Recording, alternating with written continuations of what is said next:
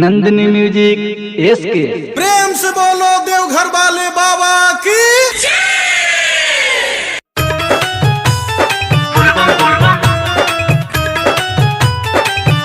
प्रेम से बोलो देवघर वाले बाबा की।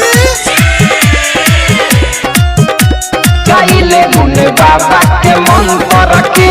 चढ़ौनी जल जय शिव शंकर के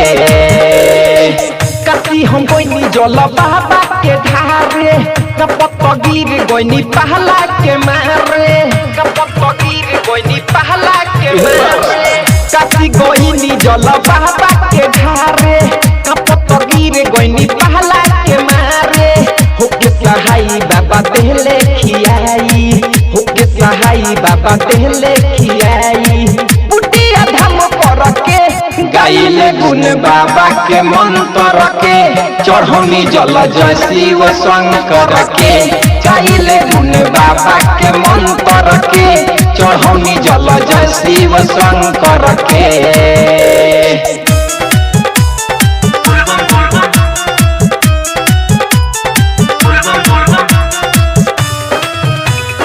नंदिनी रिकॉर्डिंग स्टूडियो बजरंग चौक बसंत। चाहिले गुण बाबा के मंत्र के चढ़ौनी जल जय शिव शंकर के आस पुरौनी बाबा रहे जे महानल कोइनी कांवर लेके देव घर भागल कोइनी कांवर लेके देव घर बाबा आस पुरौनी बाबा रहे जे महानल कोइनी कांवर लेके देव घर भागल भरी लोटा से जल देव घर आइल भरी लोटा से जल देव घर आइल हटाई जंतर के गाइले गुण बाबा के मंत्र के चढ़ौनी जल जय शिव शंकर के गाइले गुण बाबा के मंत्र के चढ़ौनी जल जय शिव शंकर के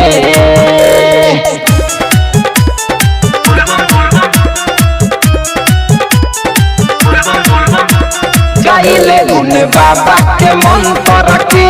चढ़ौनी जल जय शिव शंकर के राइटर रयवने चढ़ौले राजा बाबा के गाजा पियल रखेला ताजा बाबा के गाजा पियल रखेला बाबा राइटर रयवने चढ़ौले राजा बाबा के गाजा पियल रखेला ताजा गइले मनुआ लागेला सुहावन गइले मनुआ लागेला सुहावन कितिया देव घर के गाइले गुण बाबा के मंत्र के चढ़ौनी जल जय शिव शंकर के गाइले गुण बाबा के मंत्र के चढ़ौनी जल जय शिव शंकर के कति गोइनी जल बाबा के ढारे कपत गिर गोइनी पहला के मारे होके सहाई बाबा देहले खियाई होके सहाई बाबा देहले खियाई बुटिया धम पर के गाइले गुण बाबा के मंत्र के चढ़ौनी जल जय शिव शंकर के गाइले गुण बाबा के मंत्र के चढ़ौनी जल जय शिव शंकर के। Nandini recording studio Bajrang Chowk Basantpur.